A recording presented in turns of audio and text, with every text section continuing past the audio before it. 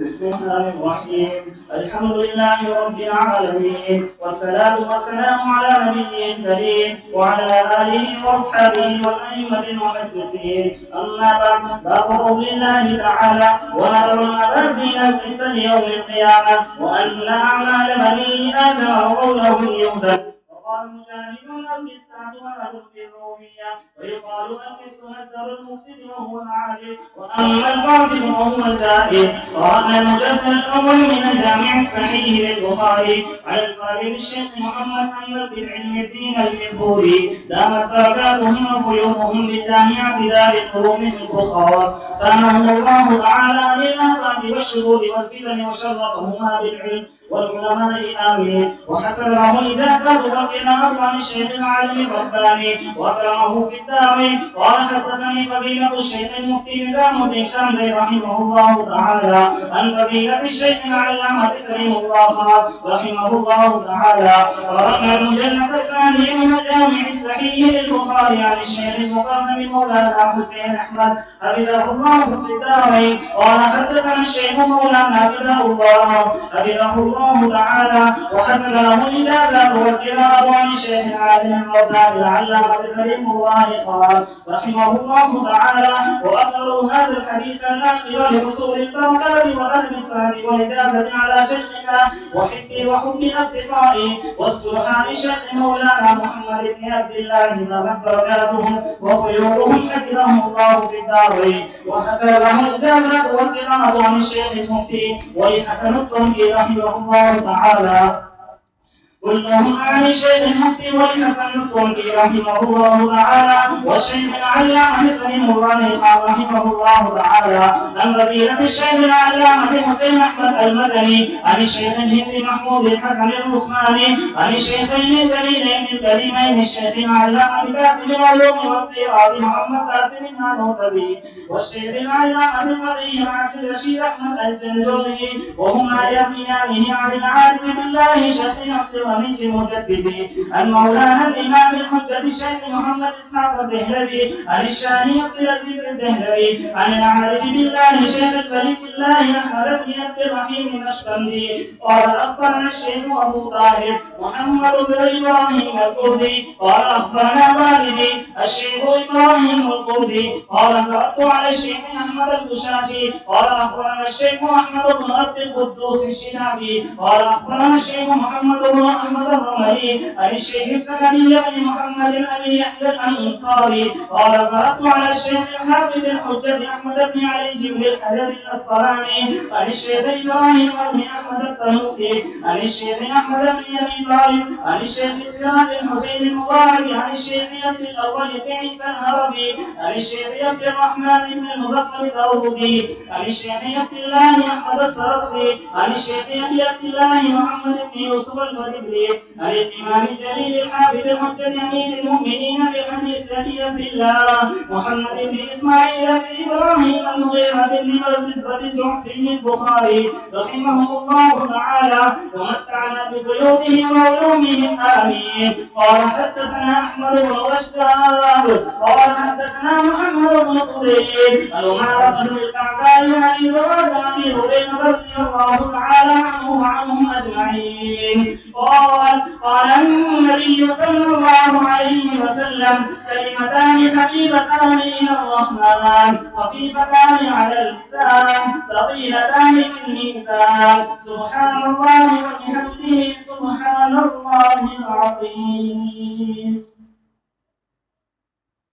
الحمد لله نحمده ونستعينه ونستغفره ونؤمن به ونتوكل عليه ونعوذ بالله من شرور أنفسنا ومن سيئات أعمالنا. من يهده الله فلا مضل له ومن يضلل فلا هادي له. ونشهد أن لا إله إلا الله وحده لا شريك له ونشهد أن سيدنا ومولانا محمدا عبده ورسوله.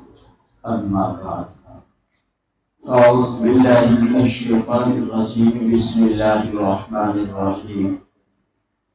وأما بنعمة ربك فحدث.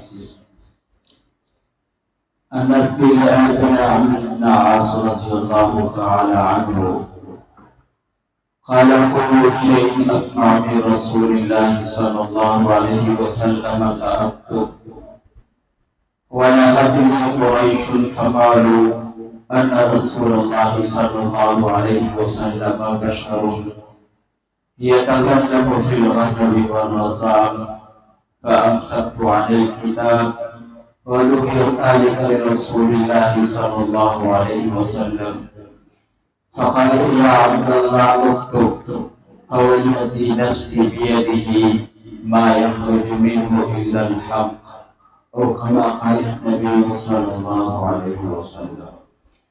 اللهم صل على محمد وعلى آل محمد كما صليت على إبراهيم وعلى آل إبراهيم إنك حميد مجيد. اللهم بارك على محمد وعلى آل محمد كما باركت على إبراهيم وعلى آل إبراهيم إنك حميد مجيد.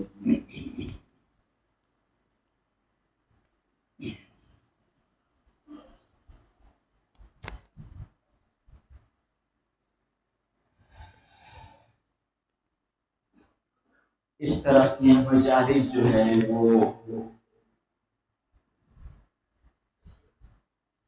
جن کی نسبت مدارس کی طرف ہو یا ختمی گفارے کی نسبت سے جو مجالس منعقد ہوتی ہیں،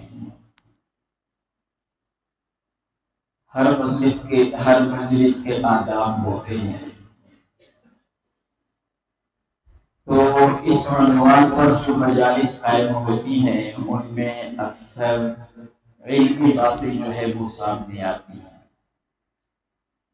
ہماری عادت ہے بیانات سننے کی، لیکن اس طرح کی مجالس میں کچھ علمی باتیں بھی جو ہے وہ سامنے آتی ہیں۔ اس سے اندازہ ہوگا کہ ان مدارس میں جو طلباء جو اساتذہ پڑھتے ہیں پڑھاتے ہیں، علمی میدان میں انہیں کس قدر جو ہے وہ محنت کرنی پڑتی ہے، کس قدر انہیں کوشش کرنی پڑتی ہے۔ تو مجلس کی مناسبت سے کچھ باتیں جو ہے وہ سامنے آئیں گی۔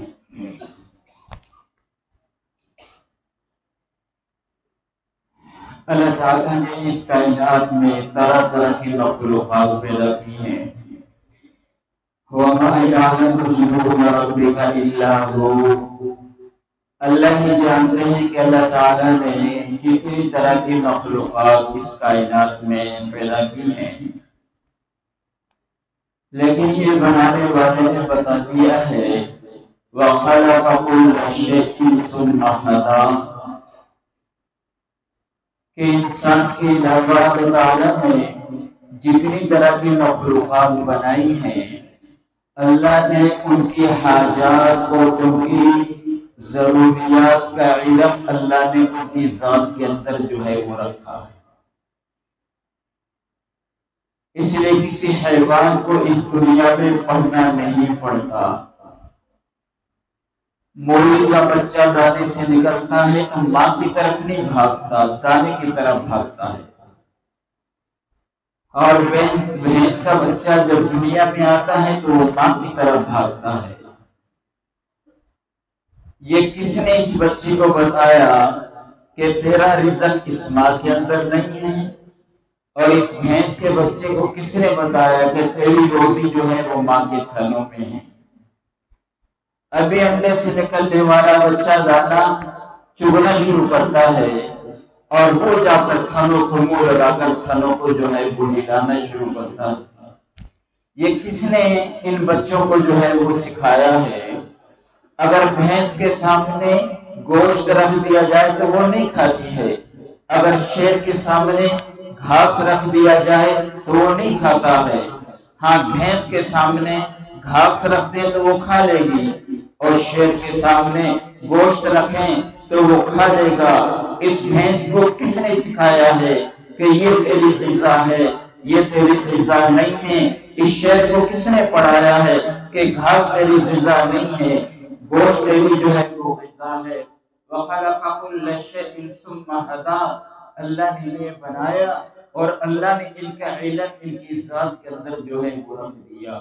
اس کائنات میں آنے والی ایک مخلوق ایسی ہے جسے انسان کہا جاتا ہے کہ اللہ نے انسانی ضرورتوں کا علم انسان کے اندر نہیں رکھا۔ انسان کو اس حال میں اللہ دنیا کے اندر لائے ہیں، واللہ اخرجکم من بطون امہاتکم لا تعلمون شیئا، اس حال میں تم دنیا کے اندر آئے ہو، لا تعلمون شیئا، تمہارے پاس کوئی علم نہیں ہے، انہو کان ظلوما جہولا، یہ انسان جہالت کے ساتھ اس دنیا کے اندر آیا ہے۔ جو تھوڑا سا دنیا میں آ کر اس نے سیکھا ہے، پڑھا ہے، دیکھا ہے، آسمان و زمین کے مالک کہہ رہے ہیں یعلمون ظاہرا من الحیات الدنیا وهم عن الآخرۃ هم غافلون، یہ علم نہیں ہے، یہ غفلت ہے جو دنیا میں آ کر تھوڑا سا انسان نے جو ہے وہ سیکھا ہے۔ وما اوتیتم من العلم الا قلیلا، کہاں اس انسان کے پاس جو ہے وہ علم۔ تو اس کائنات میں ایک مخلوق جہالت کے ساتھ آئی ہے، ایک مخلوق ناواقفیت کی صفت کو لے کر اس دنیا کے اندر آئی ہے، اور اسے جو ہے وہ انسان کہا جاتا ہے۔ اس لیے اس انسان کو پڑھانے کے لیے آپ کو ادارے بھی نظر آئیں گے، آپ کو مدرسے بھی نظر آئیں گے، جامعات بھی نظر آئیں گے، اسکول بھی نظر آئیں گے، کالج بھی نظر آئیں گے، یونیورسٹیاں بھی نظر آئیں گی۔ ساری دنیا کو پتا ہے کہ انسان اپنا علم ساتھ لے کر نہیں آیا ہے۔ اس لیے اللہ تعالیٰ نے اس انسان کو علم کے کچھ وسائل اور ذرائع جو ہے وہ دیے ہیں۔ اسے دنیا کے اندر آ کر علم حاصل کرنا ہے، علم حاصل کرنے کے وسائل اللہ نے اس انسان کو دیے ہیں۔ ان میں سے اللہ نے ایک ذریعہ اس کے حواس خمسہ کو بنایا ہے۔ یہ قوت بصیرہ ہے، یہ قوت سامعہ ہے، یہ قوت لامسہ ہے، یہ قوت ذائقہ ہے، اور یہ قوت لامسہ ہے۔ یہ اللہ نے جو حواس اس انسان کو دیے ہیں، انسان دنیا کے اندر آ کر کچھ علم ان حواس سے جو ہے وہ حاصل کرتا ہے۔ اگر رنگ کا معلوم کرنا ہو تو آنکھ کو استعمال کرتا ہے، اگر آواز کا معلوم کرنا ہو تو کان کو استعمال کرتا ہے، اگر نرم و سخت کو معلوم کرنا ہو قوت لامسہ کو استعمال کرتا ہے، اگر میٹھا اور کڑوا کو معلوم کرنا ہو، اگر میٹھا اور کڑوا کو معلوم کرنا ہو تو یہ زبان کے ذریعے سے، قوت ذائقہ کے ذریعے سے اس کے علم کو جو ہے وہ حاصل کرتا ہے۔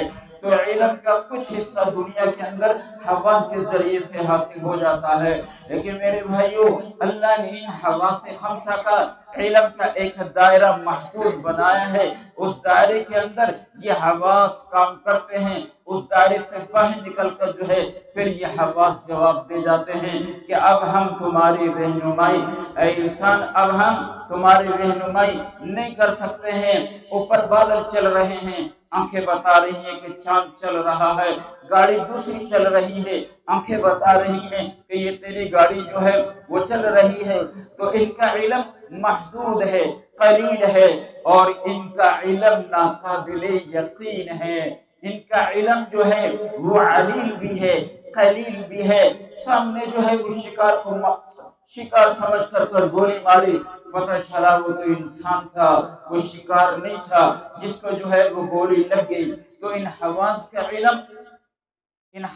علم جو ہے محدود ہے۔ اللہ نے دوسرا اس سے بڑا ذریعہ اللہ نے جو ہے وہ اس انسان کو عقل دی کہ عقل کے ذریعے سے اس دنیا کے اندر تو علم حاصل کر سکتا ہے، لیکن یہ عقل سے آنے والا علم بھی بڑا قلیل سا ہے، بڑا علیل سا ہے، بہت تھوڑا سا علم ہے۔ اتنے خوبصورت مسجد ہم نے دیکھی جو ہے، یہ جو ہے آنکھیں نہیں بتائیں گی اس مسجد کا کوئی بنانے والا ہے، ہاتھ لگانے سے نہیں پتہ چلے گا اس مسجد کا کوئی بنانے والا ہے، یہ حواس نہیں بتائیں گے اس مسجد کا کوئی بنانے والا ہے۔ عقل آئے گی، عقل بتائے گی کہ جب یہ مسجد کھڑی ہوئی ہے، اتنی خوبصورت مسجد بنی ہوئی ہے، لازماً اس کا کوئی بنانے والا بھی ضرور ہے۔ یہ عقل جو ہے، عقل یہاں پر عقل اس انسان کی رہنمائی کرے گی، لیکن یہ عقل بھی محدود ہے۔ عقل سے آنے والا علم بھی قلیل ہے، علیل ہے، ورنہ دنیا میں بڑے بڑے عقل والے لوگ آئے اور ان کا جو ہے دنیا میں آ کر اختلاف نہیں ہوتا. کوئی کہہ رہا ہے یہ دنیا قدیم ہے، کوئی کہہ رہا ہے یہ دنیا جو ہے وہ حادث ہے. جب معتزلہ جو ہے دنیا کے اندر آئے، ان معتزلہ نے اس عقل کو ہی علم کا معیار سمجھا، جس کا نتیجہ کیا نکلا؟ گمراہ ہو گئے. اور انہوں نے آ کر کہا کہ یہ عقل ایسی چیز ہے، یہ جو ہے موجب مدرک بھی ہے، اور جو ہے یہ جو ہے مدرک بھی ہے اور موجب بھی ہے. معتزلہ نے آ کر کہا، اپنی عقل کو معیار بنایا، جس کا نتیجہ گمراہی آئی. تو پھر اشاعرہ ان کے مقابلے میں آئے، انہوں نے کہا یہ معتزلہ نے عقل کو ہی اصل سمجھ لیا ہے، عقل نہ مدرک ہے، عقل نہ موجب ہے. پھر تیسرا فرقہ آیا ماتریدیہ کا، انہوں نے کہا کہ عقل جو ہے وہ مدرک ہے، موجب نہیں ہے. تو اگر عقل سے علم کامل حاصل ہوتا تو پھر ان عقلاء کا اس علم میں اختلاف نہ ہوتا. معتزلہ کچھ کہہ رہے ہیں، اشاعرہ کچھ کہہ رہے ہیں، ماتریدیہ کچھ کہہ رہے ہیں. تو معلوم ہوا کہ یہ علم بھی کامل نہیں ہے. انسانوں کی رہنمائی کرنے کے لیے حواس کا علم کامل نہیں ہے. انسانوں کی رہنمائی کے لیے اللہ نے ایک تیسرا ذریعہ بنا دینے کے لیے، یعنی انسانوں کو علم سکھانے کے لیے، جسے وحی کہا جاتا ہے. وحی وہاں رہنمائی کرتی ہے جہاں حواس کچھ نہیں کر سکتے، عقل کچھ نہیں کر سکتی. وہاں پھر وحی کے علم کی ضرورت پڑتی ہے، اور وحی کے علم پھر انسانوں کی رہنمائی کرتا ہے. تو میرے بھائیوں، پہلے حواس کا علم بھی ناقص ہے، عقل کا علم بھی ناقص ہے. ہاں، وحی کے ذریعے سے جو انسانوں تک علم پہنچایا گیا ہے، یہ ہے علم کامل، اور یہ ہے یقینی علم، اور یہ ہے سچا علم، اور یہ ہے پختہ علم، اور یہ ہے جو وحی کے ذریعے سے علم انسانوں تک پہنچتا ہے. یہ وہ علم ہے کہ جس پر کلی اعتماد کر کر انسان اس کی رہنمائی میں چل کر اپنی دنیا کو بھی بنا سکتا ہے، اپنی آخرت کو بھی بنا سکتا ہے. ایک وحی کا علم ہے جس کی حفاظت کا اعلان اللہ نے کیا ہے، لا یأتیہ الباطل من بین یدیہ ولا من خلفہ. یہ وحی کا علم ہے جس کی حفاظت کا اعلان آسمان و زمین کے خالق نے کیا ہے. انا نحن نزلنا الذکر وانا له لحافظون. یہ وحی کا علم ہے جس کی حفاظت اللہ نے اپنے ذمہ لی ہے. لا تحرک به لسانك لتعجل به ان علينا جمعه وقرآنه فإذا قرأناه فاتبع قرآنه ثم ان علينا بیانا. اس لیے وحی کے بغیر یہ انسان ناقص ہے، وحی کے علم کے بغیر یہ انسان گمراہ ہے. اس لیے اللہ نے صحیفے اتارے، اللہ نے مقدس کتابیں انسانوں تک پہنچائی تاکہ ان کے پاس سچا، یقینی اور پکا علم جو ہے وہ انسانوں تک جو ہے وہ پہنچ سکے. اس لیے محمد بن اسماعیل بن ابراہیم رحمہ اللہ نے اپنے کتاب کی ابتدا جو ہے وحی کے ذریعے سے جو ہے وہ کی ہے. ورنہ امام ابو داؤد نے، امام ترمذی نے، امام نسائی نے اپنی کتابوں کو کتاب الطہارت سے شروع کیا، امام مسلم نے اپنی کتاب کو سند کی بات سے شروع کیا، امام ابن ماجہ نے اپنی کتاب کو اتباع سنت سے شروع کیا. ہاں، اتباع سنت سے امام مالک نے اوقات ثلاث سے موطا کو شروع کیا. لیکن محمد بن اسماعیل بن ابراہیم نے اپنی کتاب کو نہ طہارت سے شروع کیا، نہ سند سے شروع کیا، نہ اتباع سنت سے شروع کیا. ہاں، ان کی محدثین کی اپنی سوچ تھی. انہوں نے، امام ترمذی نے، امام ابو داؤد نے، امام نسائی نے دیکھا کہ دین کے اندر اللہ کے اوامر میں سے اہم امر نماز ہے، اور نماز طہارت پر موقوف ہے. اسی لیے انہوں نے سب سے پہلے طہارت کو بیان کرنا شروع کیا. امام مسلم رحمہ اللہ نے دیکھا کہ دین کی حفاظت کا مدار سند پر ہے. اگر سند کے ساتھ دین ہے تو وہ محفوظ ہوگا، اگر بغیر سند کے کوئی بات آئے گی تو جو ہے وہ غیر محفوظ ہوگی. اس لیے انہوں نے جو ہے وہ سند سے اپنی کتاب شروع کی. ابن ماجہ نے دیکھا کہ اتباع سنت اصل ہے،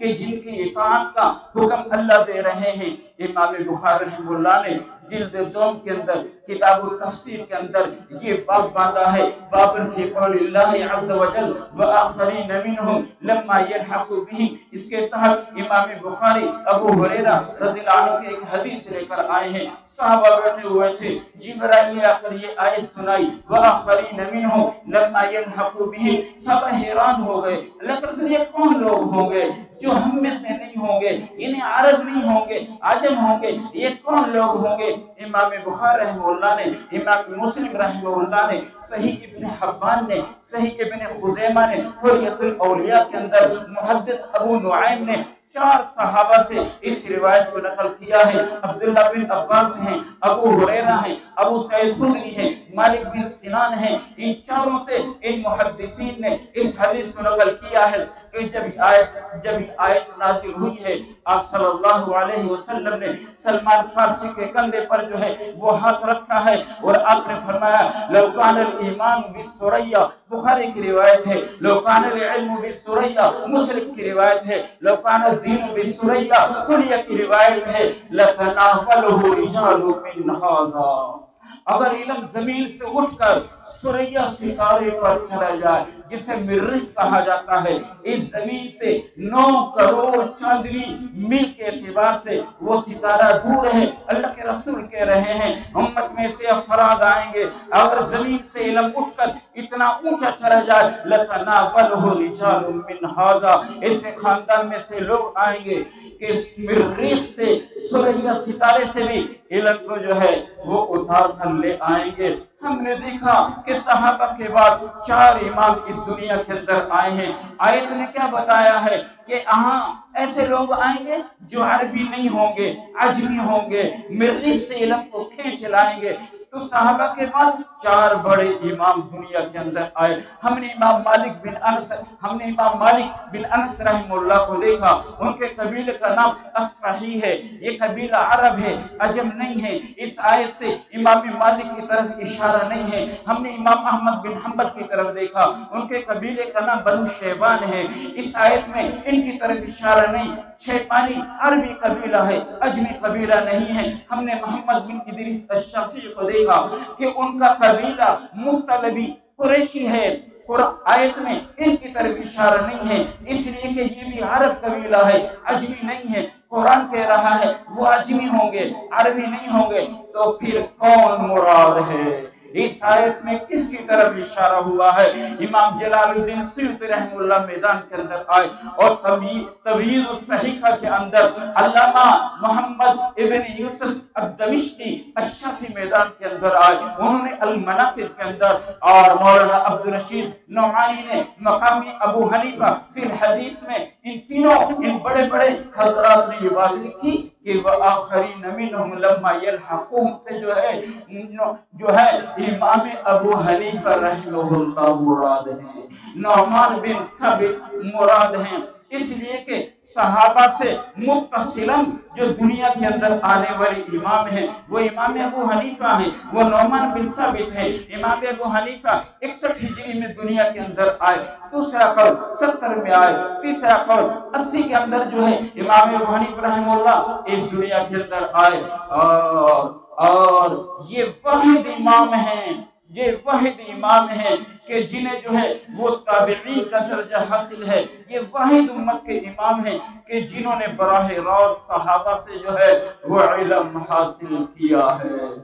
اس لیے صدر الشریعہ نے المناقب کے اندر اور علامہ فارسی نے مناقب قردری کے اندر، اور امام یوسف رحمہ اللہ نے کتاب الاثار کے اندر، امام محمد رحمہ اللہ نے مبسوط کے اندر، زیادات کے اندر، امام فارسی رحمہ اللہ نے جامع المسالک کتاب الحج باب مکہ کے بعد یہ حدیث ذکر کی ہے۔ قال ابو حنیفہ حججت مع ابی فی سنہ 16، ابو حنیفہ کہتے ہیں میری 16 سال کی عمر تھی، میں اپنے والد کے ساتھ حج کرنے کے لیے مکہ مکرمہ گیا، فاذا نحن بمکہ، جب ہم مکہ مکرمہ میں پہنچے، فرأیت رجلا، میں نے ایک آدمی کو دیکھا کہ لوگوں نے اسے جو ہے وہ گھیرا ہوا ہے، فقلت لی ابی، میں نے اپنے والد سے پوچھا یہ آدمی کون ہے؟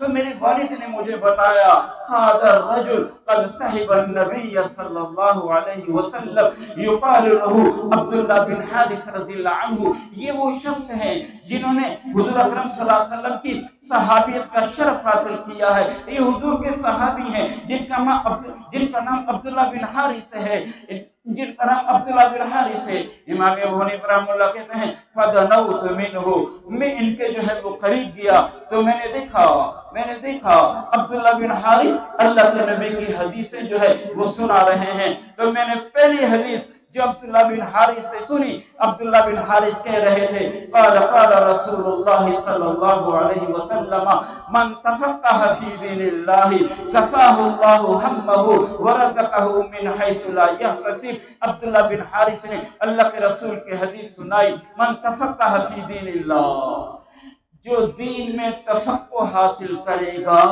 کفاہ اللہ ہمہ، اللہ دنیا اور آخرت کے اللہ غموں سے، اللہ مصیبتوں سے اسے بچائیں گے. ورزقہ من حیث لا یحتسب، اور ایسی جگہ سے اس کو روزی دیں گے کہ اس کو وہم و گمان بھی نہیں ہوگا. براہ راست نعمان بن ثابت رحمہ اللہ عبداللہ بن حارث صحابی سے جو ہے اللہ کے رسول کی حدیث جو ہے وہ سن رہے ہیں. امام موفق نے ایک کتاب لکھی مناقب موفق کے نام سے، اس میں امام موفق نے جو ہے یہ حدیث نقل کی ہے. قال ابو حنیفہ جاء انس الى کوفہ، امام ابو حنیفہ نے کہا انس بن مالک رضی اللہ عنہ کوفہ کے اندر تشریف لائے. فرأیتہ یصلی، میں نے دیکھا اللہ کے رسول کے صحابی نماز پڑھ رہے تھے. جب انس بن مالک رضی اللہ عنہ نماز سے فارغ ہوئے، نعمان کہتے ہیں، امام ابو حنیفہ کہتے ہیں میں قریب گیا، فاذن، تو میں نے جو ہے انس رضی اللہ عنہ سے سنا یقول کہ وہ نبی کی حدیث بیان کر رہے تھے اور کیا فرما رہے تھے. قال رسول اللہ صلی اللہ علیہ وسلم لو توکلتم علی اللہ حق توکلکم کما یمسک الطیر تغدو خماسا وتروح بطانا. ارے لوگو، اگر اللہ پر اس طرح توکل کرو جس طرح اللہ پر توکل کرنے کا حق ہے تو اللہ تمہیں ایسے روزی کھلائے جیسے اللہ پرندوں کو کھلاتا ہے. تغدو خماسا، صبح خالی پیٹ اپنے گھونسلوں سے نکلتے ہیں، تروح بطانا، اور جب واپس آتے ہیں تو ان کے پیٹ جو ہے وہ بھرے ہوئے ہوتے ہیں. نہ ان کی کارخانے ہیں، نہ فیکٹریاں ہیں، نہ زراعت ہے، نہ تجارت ہے، نہ ملازمت ہے، خالی جاتے ہیں اور پیٹ بھرے ہوئے آتے ہیں. تو بات کہاں سے چل رہی تھی؟ اولو الامر سے براہ راست اشارہ نعمان بن ثابت رحمہ اللہ کی طرف ہے. اس امت کے سب سے بڑے ایمان ہے. اس لیے در مختار نے لکھا ہے کہ امام ابو حنیفہ نے 20 صحابہ کو جو ہے وہ دیکھا ہے. خلاصہ اکمال فی اسماء الرجال کے اندر لکھا ہے کہ امام ابو حنیفہ نے 36 صحابہ کو جو ہے وہ دیکھا ہے. 12 صحابہ سے نعمان بن ثابت نے علم حدیث کو پڑھا ہے. 36 صحابہ کو امام ابو حنیفہ نے جو ہے وہ دیدار اور زیارت کی ہے، اور 80 صحابہ کے زمانے میں امام ابو حنیفہ رحمہ اللہ اس دنیا کے اندر تھے. وَأُولِي الْأَمْرِ مِنْكُمْ، اللہ نے حکم دیا ہے تو یہ علمی درایت ہے جو اس وحی نے اس امت کو دیا ہے. اور پھر ایسے ایسے لوگ پیدا کیے، اب حیران ہوں گے. ابو طلحہ کے ایک چھوٹے بیٹے تھے عمیر، انہوں نے ایک پرندہ پالا ہوا تھا، وہ مر گیا. اللہ کے رسول صلی اللہ علیہ وسلم آئے، بچہ تھا، پرندہ مر گیا، پریشان بیٹھا ہوا تھا. آپ صلی اللہ علیہ وسلم تشریف لائے، آپ نے فرمایا یا عمیر ما فعل النغیر، عمیر کیا ہوا تمہارے پرندے کے ساتھ، کیا ہوا؟ 2 الفاظ کہے، یا عمیر ما فعل النغیر، کیا ہوا تمہارے پرندے کے ساتھ؟ اب ظاہر نظر آ رہا ہے کہ اللہ کے رسول نے بچے سے 2 جملے کہے، لیکن یہ تو ہماری سوچ ہے. ابن حجر اسقلانی کی فتح الباری کو اٹھا کر دیکھو، ابن حجر اسقلانی نے فتح الباری کے اندر ان 2 الفاظ سے 60 فقہ کے مسئلے نکالے ہیں. یا عمیر ما فعل النغیر، یہ الفاظ 2 اللہ کے رسول نے کہے ہیں، لیکن اللہ نے امت میں ایسے اولو الامر پیدا کیے ہیں کہ ان یعنی 60 مسئلے تو فتح الباری میں ابن حجر نے جو ہے وہ لکھے ہیں کہ یہ مسائل ائمہ نے ان 2 الفاظ سے جو ہے وہ نکالے ہیں. یہ ہے علم درایت جو ان فقہا کے ذریعے سے امت کو ملا ہے. اور پھر ایک علم روایت ہے جن کو لینے والوں کو محدثین کہا جاتا ہے۔ اللہ ان کی قبروں کو نور سے منور فرمائے۔ ان محدثین نے بھی اس علم روایت کے لیے جو محنتیں کی ہیں، جو قربانیاں دی ہیں، جو مشقتیں اٹھائی ہیں، جو مصائب اٹھائے ہیں، اللہ ان کے بدلے میں ان کی قبروں کو نور سے منور فرمائے۔ اللہ ان کے بدلے میں ان کو جنت میں جو ہے درجات عالیہ نصیب فرمائے۔ یحییٰ بن معین رحمہ اللہ کہتے ہیں میں نے اپنے ہاتھ سے 10 لاکھ حدیثیں لکھی ہیں۔ ابن فرات بغدادی کا جب انتقال ہوا ہے تو 18 صندوق حدیث کی کتابوں کے انہوں نے چھوڑے جو انہوں نے اپنے ہاتھ سے ساری حدیثیں لکھی تھی۔ ابن جوزی رحمہ اللہ کا جب جو ہے انتقال ہونے لگا، کہا اس جو ہے فلانی جگہ میں کلموں کے تراشے پڑے ہوئے ہیں، جب میں دنیا سے چلا جاؤں تو میرے غسل کے لیے جو پانی گرم کیا جائے ان تراشوں سے جمع کیا جائے۔ یہ تراشے کیا تھے کہ جو حدیث لکھنے کے لیے جو قلم تراشتے تھے اس کو جمع کرتے رہتے تھے۔ وہ تراشے اتنے تھے کہ سارا پانی بھی گرم کر لیا اور پھر بھی جو ہے وہ بچ گئے۔ اتنے اس قدر جو ہے ان حضرات نے محنت کی ہے، اللہ جو ہے انہیں بہترین بدلہ عطا فرمائے۔ پھر جو ہے ان میں سے جو ہے 194 ہجری کے اندر دنیا میں محمد بن اسماعیل رحمہ اللہ تشریف لاتے ہیں کہ جنہوں نے 6 لاکھ احادیث میں غور و فکر کر 7275 احادیثیں مقررات کے ساتھ اس کتاب کے اندر جمع کر اور یہ کتاب آج امت کے ہاتھوں میں جو ہے وہ دی ہوئی ہے۔ سن 202 کے اندر سلیمان بن اشعث بن اسحاق بن داود امام ابو داود دنیا کے اندر تشریف لائے۔ 5 لاکھ حدیثیں امام ابو داود کے پاس تھی۔ ان 5 لاکھ احادیث میں غور و فکر کر 4800 حدیثیں امت کو جمع کر ابو داود کے نام سے جو ہے وہ اس امت کو جو ہے وہ دے کر اور 204 ہجری کے اندر جو ہے 204 ہجری کے اندر ابو الحسن مسلم بن حجاج نشہ پوری دنیا کے اندر آئے ہیں جو امام مسلم کے نام سے مشہور ہیں۔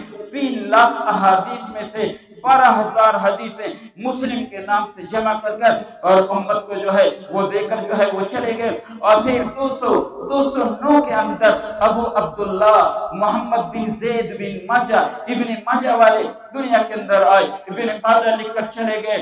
214 ہجری کے اندر امام نسائی آئے اور نسائی شریف کے نام سے احادیث کا مجموعہ امت کو دے کر جو ہے وہ چلے گئے۔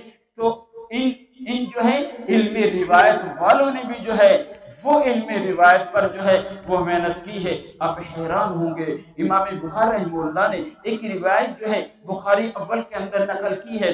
فاطمہ الزہرا رضی اللہ عنہ ابو بکر کے پاس آئی، کہا لاؤ اللہ کے رسول کی میراث، ہم جو ہے اللہ کے رسول کے جو ہے وارث ہیں، اللہ کے رسول کی میراث ہمیں دے دی جائے۔ ابو بکر رضی اللہ عنہ نے جو ہے اللہ کے نبی کی حدیث سنائی، لا نورث، ہم کسی کو وارث نہیں بناتے ہیں، ما ترکنا صدقہ، نبی کا جو مال ہوتا ہے وہ بیت المال کا ہوتا ہے، صدقہ ہوتا ہے۔ امام بخاری رحمہ اللہ نقل کر رہے ہیں فغضبت وحجرت حتی ماتت، یہ بخاری کے الفاظ ہیں، یہ بخاری کے الفاظ ہیں۔ فغضبت فاطمہ ابو بکر رضی اللہ عنہ سے ناراض ہو گئی، اور کیسے ناراض ہوئی؟ وحجرت، ابو بکر سے بولنا چھوڑ دیا، اور کب تک بولنا چھوڑا؟ وہ ماتت، اور دنیا سے اس حالت میں جو ہے وہ چلی گئی۔ امت حیران ہے کہ فاطمہ جیسی اللہ کے رسول کی بیٹی دنیا کے لیے ابو بکر رضی اللہ عنہ سے بولنا چھوڑ دیا، ناراض ہو گئی۔ لیکن کیا کریں، اتنی بڑی کتاب میں یہ الفاظ آئے ہوئے ہیں، اصح الکتب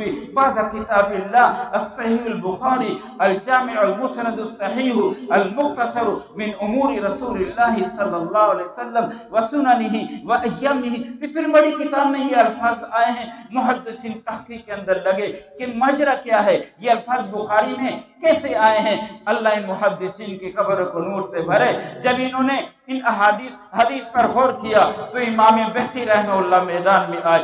امام بہقی نے اس روایت کو نقل کیا اور جو ہے غضبت سے پہلے قال غضبت وحجرت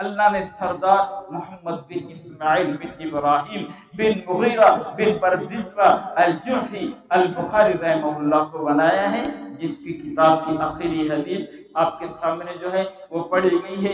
امام بخاری عجیب آدمی تھے۔ امام بخاری نے وحی سے شروع کیا، کچھ باتیں سامنے آئی۔ امام بخاری اپنی کتاب میں پہلا جو شیخ لے کر آئے حدثنا الحمیدی، اور آخری شیخ جو بخاری اپنی کتاب میں لے کر آئے ہیں حدثنا احمد بن اشکاب، وہاں حمیدی ہے، یہاں احمد ہے، اور مادہ دونوں کا جو ہے وہ حمد ہے۔ پہلے شیخ میں بھی حمد ہے اور آخری شیخ میں بھی جو ہے وہ حمد ہے۔ جو پہلی حدیث لے کر آئے انما الاعمال بالنیات، عمل کا ذکر آیا۔ آخری جو باب لے کر آئے وان اعمال بنی آدم وقولهم یوزن، یہاں بھی جو ہے وہ عمل کا جو ہے وہ ذکر آیا۔ پہلی حدیث جو لے کر آئے چوتھے درجے کی غریب حدیث لے کر آئے، آخری حدیث جو لے کر آئے چوتھے درجے کی غریب حدیث لے کر آئے۔ شیخ الحدیث مولا زکریا رحمہ اللہ نے لام دراری کے اندر لکھا ہے کہ کسی حدیث کا غریب ہونا اس کی حجیت کے خلاف نہیں ہے۔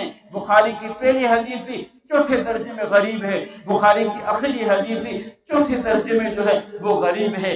کس طرح امام بخاری تو پہلی حدیث سے لے کر آئے نیت کے بارے میں، آخری حدیث سے لے کر آئے وزن اعمال کے بارے میں، اس لیے کہ عمل کا ایک مبدا ہوتا ہے، ایک غایہ ہوتا ہے۔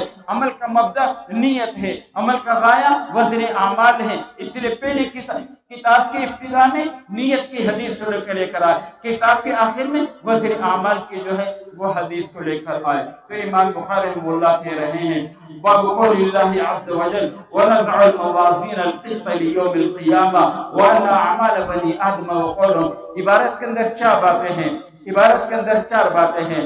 باب قول اللہ ونزع الموازین القسط لیوم القیامہ وان اعمال بنی آدم وقولهم یوزن، اسے ترجمۃ الباب کہا جاتا ہے۔ وقال مجاہد القسط عدل برومیہ ويقال القسط مصدر المقسط وهو العادل واما القاسط فهو الجائر، اسے متعلقات ترجمہ جو ہے وہ کہا جاتا ہے۔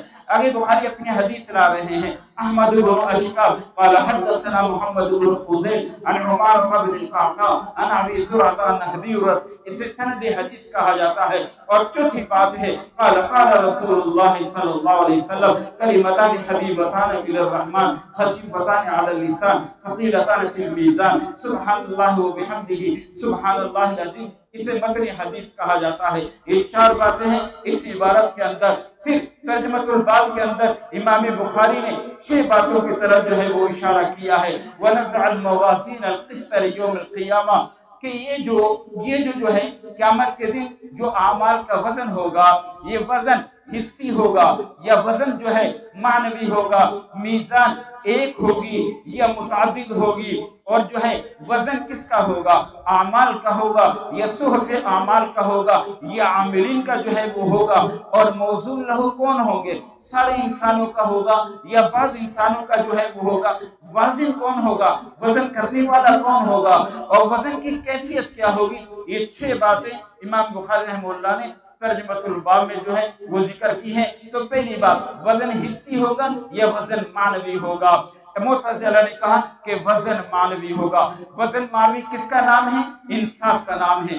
عدل کا نام جو ہے وہ وزن معنوی ہے۔ معتزلہ نے کہا وزن حصی نہیں، وزن معنوی ہوگا۔ اس لیے وزن حصی کرنے میں تحصیل حاصل، اللہ کو پتا ہے کتنی نیکیاں اس کی ہیں، کتنے گناہ اس کے ہیں، پھر وزن کرنے کی جو ہے، لیکن اہل سنت والجماعت نے کہا وزن حصی ہوگا، معنوی نہیں ہوگا۔